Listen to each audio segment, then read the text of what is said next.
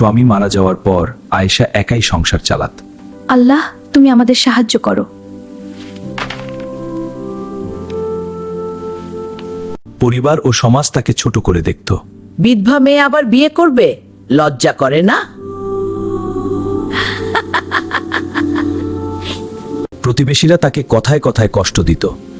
দেখো, বিধবা হয়ে এখনো সাজগোজ করে ঘুরে বেড়ায়। আয়েশা খুব কষ্ট পেত। আমি কি অপরাধ করেছি? শুধু স্বামী চলে গেছে বলে সবাই আমাকে ছোট করে। তার ভাইয়েরা বলতো, তুমি আর বিয়ে করার কথা ভাববে না, সমাজে মুখ দেখাতে পারবো না।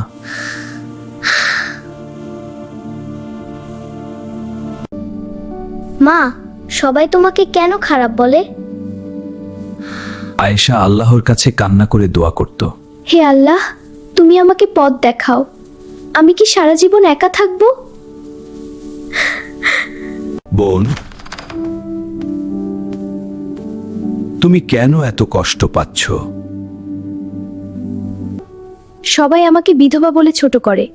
বিয়ে করলে সমাজ কি বলবে? আয়েশা, তুমি খুব সাহসী। আল্লাহর উপর ভরসা রাখো, তিনি তোমার পথ দেখাবেন। বোন, ইসলামে বিধবা বা তালাকপ্রাপ্ত মেয়ের বিয়ে করা শুধু জায়েজ নয়, বরং সুন্নত। আলেম সুন্দর করে ইসলামের কথা বললেন। তিনি কোরআনের আয়াত তুলে ধরলেন। আল্লাহ বলেছেন, বিধবাদের বিয়ে দাও, এতে কোনো পাপ নেই। আয়েশার চোখে আশা ফিরে এলো। সত্যি? ইসলাম কি সত্যি আমাদের বিয়ে করতে বলে?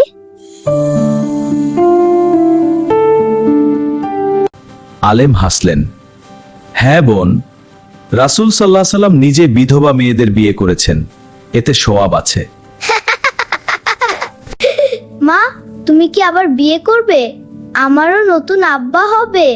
হ্যাঁ বাবা, আমি ভাবছি। তুই কি চাস? হ্যাঁ মা, খুব খুশি হব। আল্লাহ যদি অনুমতি দেন, তাহলে আমি নতুন জীবন শুরু করব। আমি আয়েশাকে বিয়ে করতে চাই, তার ছেলেকেও আমার ছেলে হিসেবে মানব। পরিবার প্রথমে অবাক হলো। কিন্তু সমাজ কি বলবে? ইসলাম বলে বিধবার বিয়ে করা সুন্নত। সমাজের কথা শুনে আল্লাহর বিধান অমান্য করা যাবে না। আয়েশা শেষ পর্যন্ত সম্মতি দিল। আল্লাহর উপর ভরসা করে আমি বিয়ে করব। আয়েশার বিয়ে হয়ে গেল। আলহামদুলিল্লাহ। খেলবে আমার সাথে? অবশ্যই। তুমি এখন আমার ছেলে। খুব ভালো লাগছে। হ্যাঁ, চলো আরো খেলি। তুমি খুব মজার। তুমিও। আয়েশার জীবন নতুন করে শুরু হলো।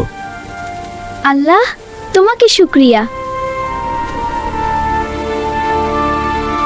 সমাজও ধীরে ধীরে বুঝতে শুরু করলো। ইসলাম বিধবাদের বিয়ে করতে উৎসাহ দেয়।